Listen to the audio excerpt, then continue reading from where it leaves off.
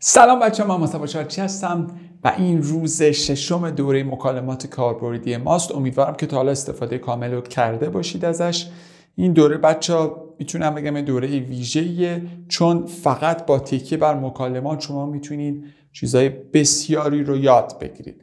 تا اینجا فهمیدیم که گوشی عایشه رو دزدیدن، رفتش اداره پلیس خبر داد. بریم ببینیم که در ادامه چه اتفاقی میفته.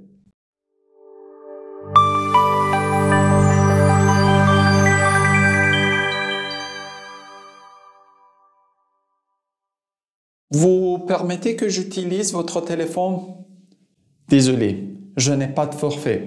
Bonjour, on m'a volé le portable. Je voudrais un portable prépayé pas cher. Vous pouvez prendre un pack téléphone SFR F2 plus carte SIM, 10 € inclus. Ça coûte combien?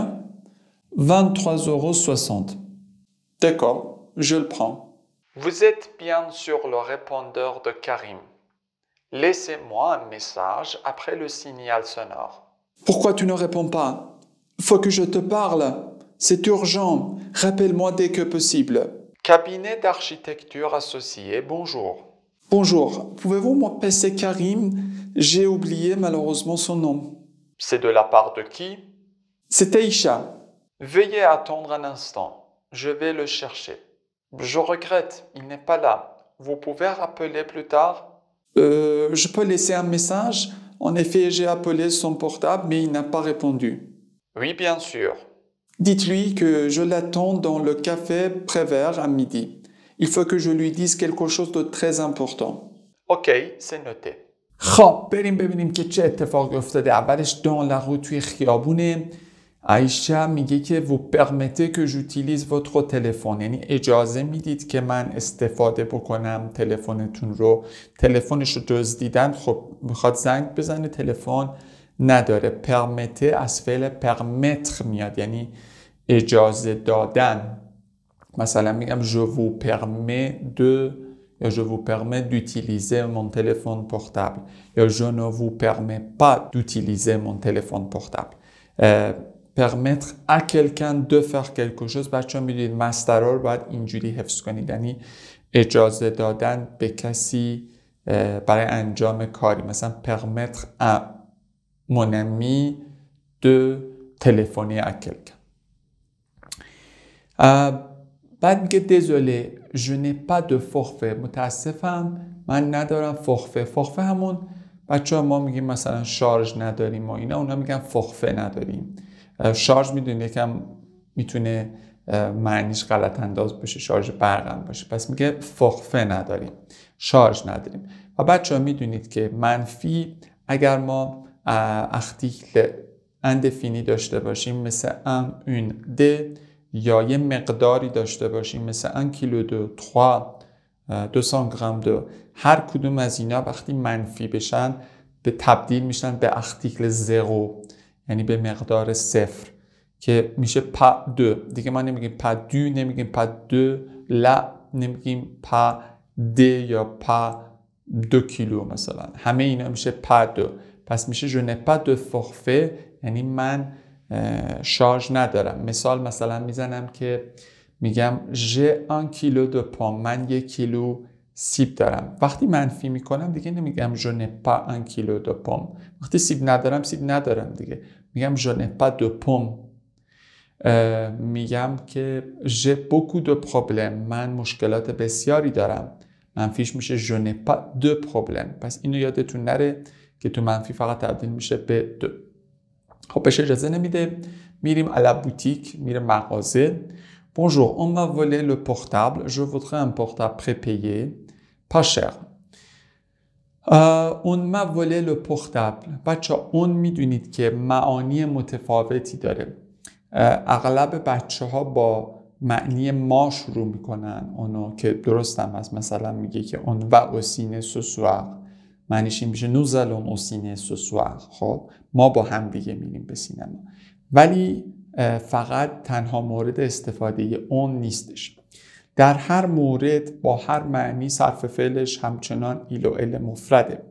ولی یکی از معانیش یکم معنی پسیفتور میشه یا به معنای مثلا کلکن میشه.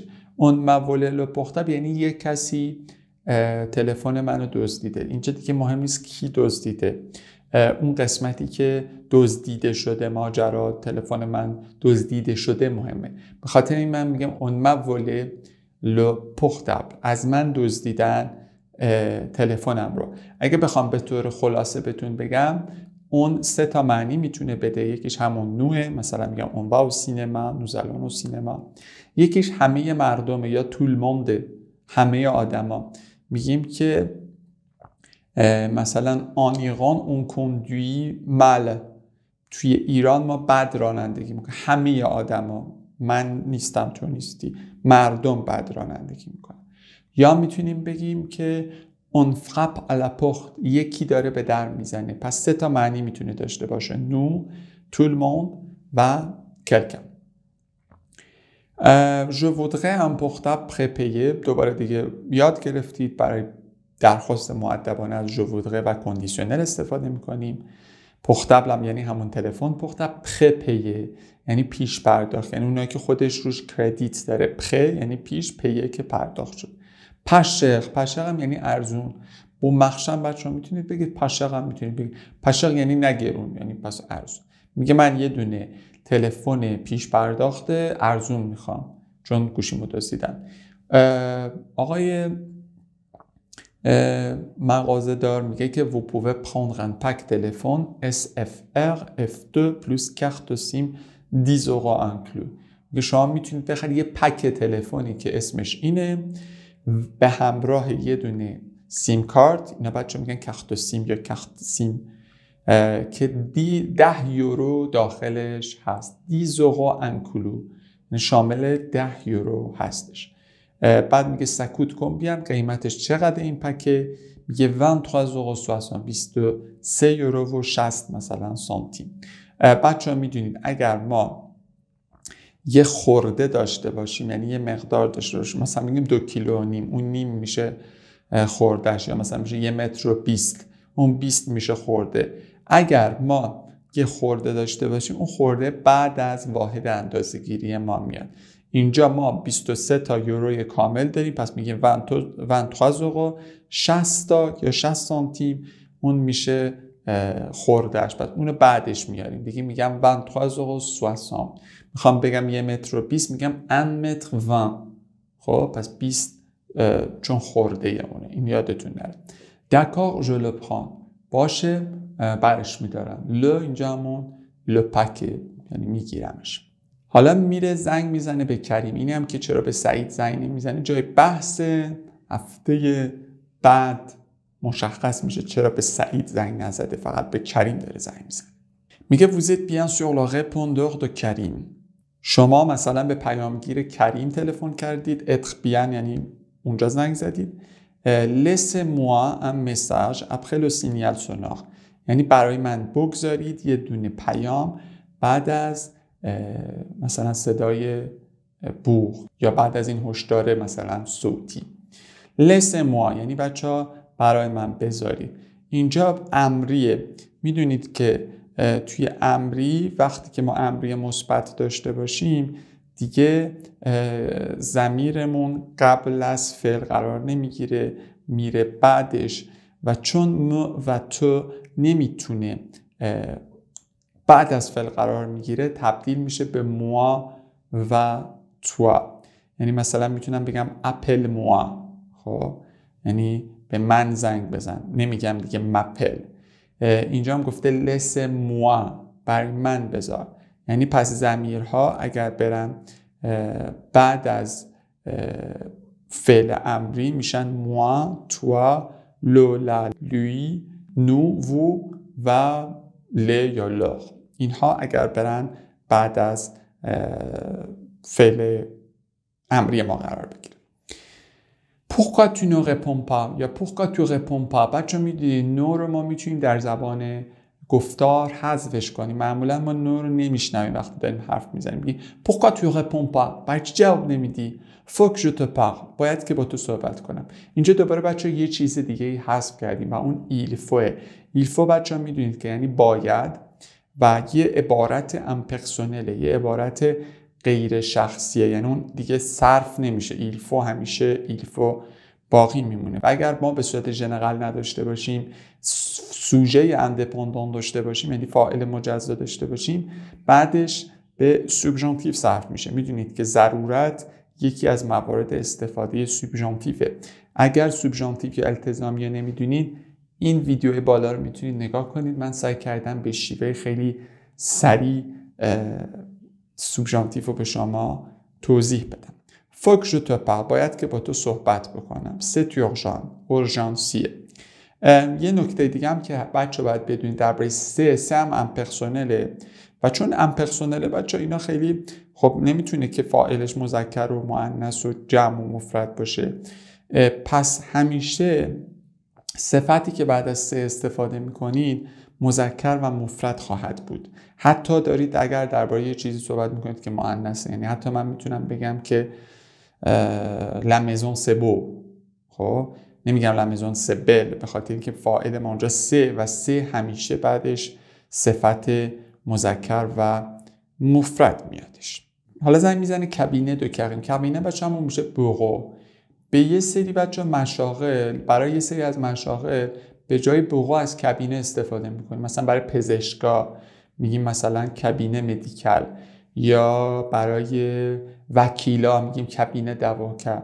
برای معمارها هم از این کابینه استفاده میکنیم. به خاطر همین اینجا چون که یه دفتر معماری از کابینه استفاده کرده، طرف جواب میده که کابینه دارشیتکت اسوسیه بونژور، یعنی مثلا چون دفتر معماران همکار، مثلا سلام، میگه بونژور پووو مو پاسه کریم، میتونید منو به کریم وصل کنید، من با کریم صحبت کنم. مو پاسه کریم. ژ اوبلیه مالوروزمان سون نوم، میگه اسم فامیلشو متاسفانه فراموش کردم. اوبلیه به پاسه کمپوزه صرف شده، میدونید با اوار صرف میشه.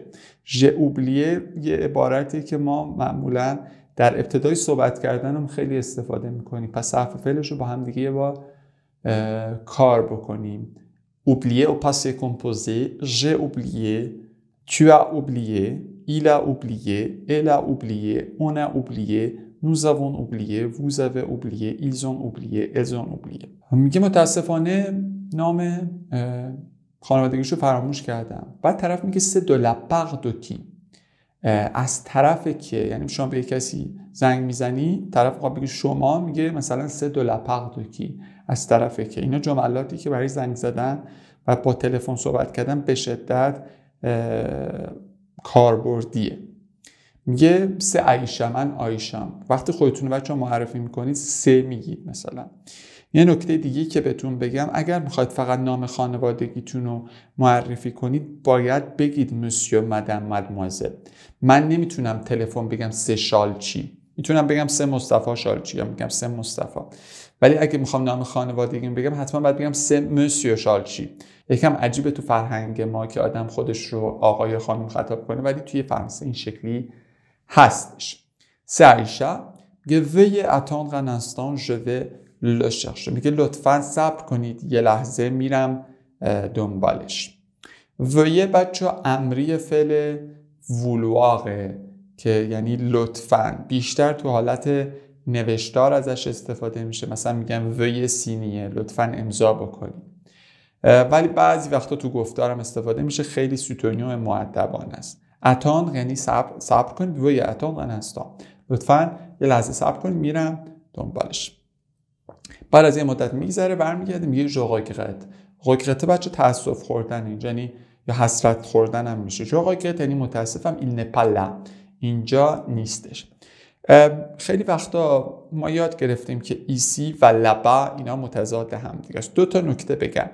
یکی لبا بچه ها نیست، لای خالیه به معنای آنجا، با فقط برای تأکیدشه، یعنی ما الزامی نداریم همیشه بگیم لبا، لم بگیم کافیه. پس ایسی لا.